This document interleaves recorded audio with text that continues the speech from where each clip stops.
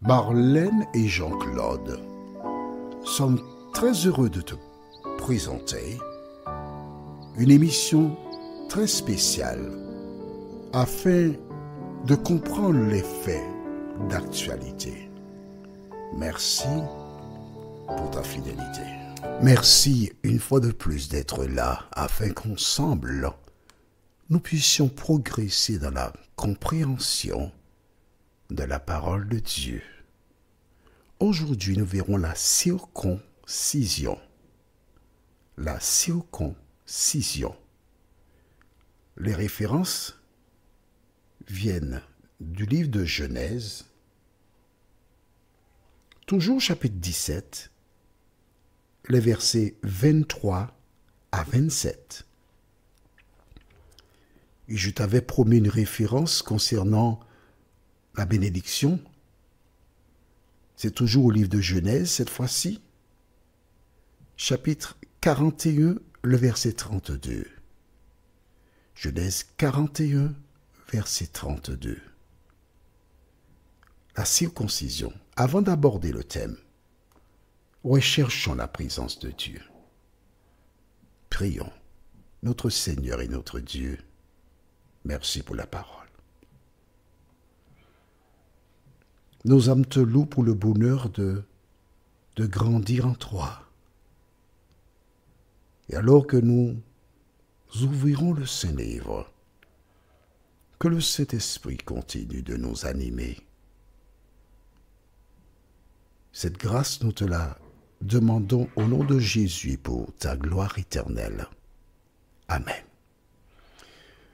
Ok, nous allons relire dans le livre de Genèse, chapitre 17. C'est bon? Les versets 15 et 16.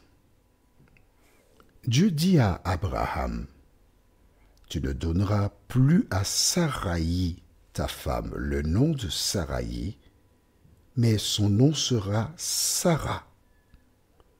Je la bénirai, premièrement, et je te donnerai d'elle un fils. Je la bénirai. » Dieu dit pour la deuxième fois, je la bénirai. Je t'ai expliqué que toutes les fois que Dieu dit une chose deux fois, c'est que la chose est certaine et elle se réalisera. Des années plus tard, le petit-fils, un des petits-fils d'Abraham, qui se prénomme Joseph, a été vendu et il était esclave en Égypte. Il est passé chez Potiphar et de chez Potiphar, on a monté une cabale contre lui. Et il s'est retrouvé en prison. Pendant qu'il s'y trouvait, deux hommes, un échanson et un panetier, c'est-à-dire un boulanger, et l'échanson, c'est lui qui prépare les boissons, furent en prison. Ils eurent tous les deux un songe et Joseph leur donna l'explication. 2 ans plus tard, Pharaon a un rêve et il fait appel à ces magiciens, astrologues et autres qui demeurent pantois. Ils sont incapables d'expliquer au roi le songe qu'il a eu. Et que se passe-t-il? Les chansons qui étaient là s'est souvenu de Joseph. On le fait venir. Le roi lui pose la question et il donne l'explication au roi. Ce dernier a eu 2 songes. Des vaches grasses, belles, et des épis, de même. Mais on abordera ce songe-là une prochaine fois, d'accord? Ce que je veux que tu retiennes, c'est dans Genèse 41, verset 32, voilà ce que Joseph déclara. « Si Pharaon a vu le songe se répéter une seconde fois,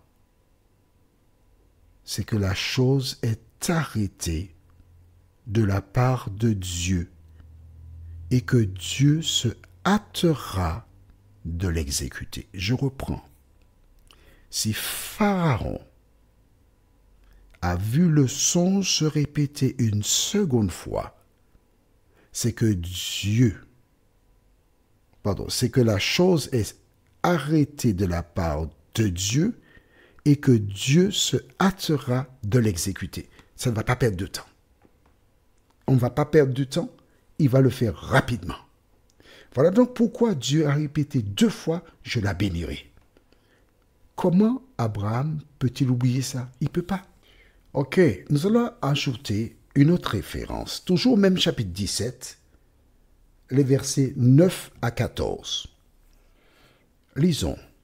Dieu dit à Abraham, « Toi, tu garderas mon alliance. » 3 étaient descendants après 3, selon leur génération. C'est ici mon alliance que vous garderez entre moi et vous et ta postérité après 3. Tout mâle parmi vous sera circoncis. Vous vous circoncirez et ce sera un signe d'alliance entre moi et vous. À l'âge de 8 jours, tout mâle parmi vous sera circoncis selon vos générations, qu'il soit né dans la maison ou qu'il soit acquis à prix d'argent, de tout fils d'étranger, sans appartenir à ta race, on devra circoncire celui qui est né dans la maison et celui qui est acquis à prix d'argent, et mon alliance sera dans votre chair une alliance perpétuelle. Un mâle incirconcis, qui n'aura pas été circoncis dans sa chair, sera exterminé du milieu de ton peuple. Il aura violé mon alliance. Bien. Qu'est-ce que la circoncision? C'est très simple. La peau qui recouvre le gland, il fallait le couper. Pourquoi 8 jours? Fais une recherche sur Internet et tu verras que 8 jours, ce n'est pas par hasard. Il y a des raisons. Fais ta recherche, tu verras. Maintenant, après avoir donné à Abraham la circoncision qui devait être faite, en fait, la circoncision, ça n'a rien à voir avec le salut. Pourquoi? Parce que si la circoncision, c'est ce qui donne le salut, les femmes sont perdues, puisqu'il n'y avait que les hommes qui étaient circoncis. Alors, fais une recherche sur Internet et tu verras les bienfaits de la circoncision sur la santé des hommes. À travers cet acte, Dieu a voulu interpeller les personnes qui, dans les derniers temps, mettraient en doute l'existence de l'Éternel. Quand tu feras ta recherche, tu seras surpris ou surprise, d'accord? Dieu parle aux scientifiques pour leur dire « J'ai donné au peuple d'Israël cette pratique. » Et aussi chez les Arabes, ils le font. Et là, tu seras obligé de dire « Ah, effectivement, Dieu existe. » Que fera Abraham? Là, maintenant, nous allons lire au verset 23 jusqu'au verset 27. Abraham prit Ismaël, son fils, tous ceux qui étaient nés dans sa maison et tous ceux qu'il avait acquis à prix d'argent, tous les mâles parmi les gens de la maison d'Abraham, et il est circoncis ce même jour. Ce même jour, tu as vu? Selon l'ordre que Dieu lui avait donné. Abraham était âgé de 99 ans lorsqu'il fut circoncis. Ismaël, son fils, était âgé... Regarde, quel âge il avait-il? 13 ans. Lorsqu'il fut circoncis, ce même jour, Abraham fut circoncis, ainsi qu'Ismaël, son fils, et tous les gens de sa maison, nés dans sa maison, ou acquis à prix d'argent, des étrangers furent circoncis avec lui. C'est intéressant. Nous découvrons que, en dehors d'Abraham, qui était un Hébreu, des étrangers, donc les serviteurs et autres, ils étaient aussi dans le peuple. Donc, les Hébreux ou le peuple d'Israël, comme tu veux, n'est pas constitué que des Hébreux. Rappelle-toi, plus tard, quand ils sortiront d'Égypte, la Bible déclare qu'il y a d'autres personnes qui se sont joints à eux. tous ceux qui ont cru. Donc l'évangile n'est pas réservé qu'aux Juifs. L'évangile est réservé pour toutes celles et ceux qui acceptent Jésus pour sauveur personnel. N'oublie pas de faire tes recherches sur la circoncision. Prions, notre Seigneur et notre Dieu. Merci pour la parole.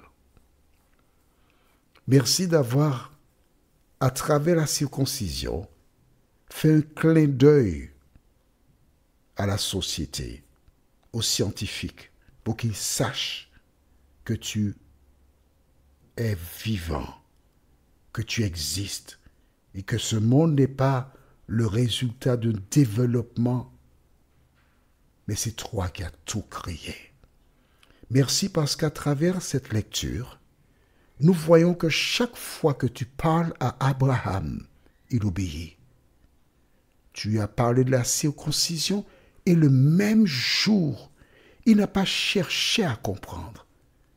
Il a simplement obéi à ta voix. D'aide nous aider, Seigneur, nous aussi, à faire de même, nous t'en prions, au nom de Jésus et pour ta gloire éternelle. Amen. Que l'Éternel continue de t'accompagner et te bénir. Et il me tarde de te retrouver. Nous sommes parvenus au terme de notre réflexion.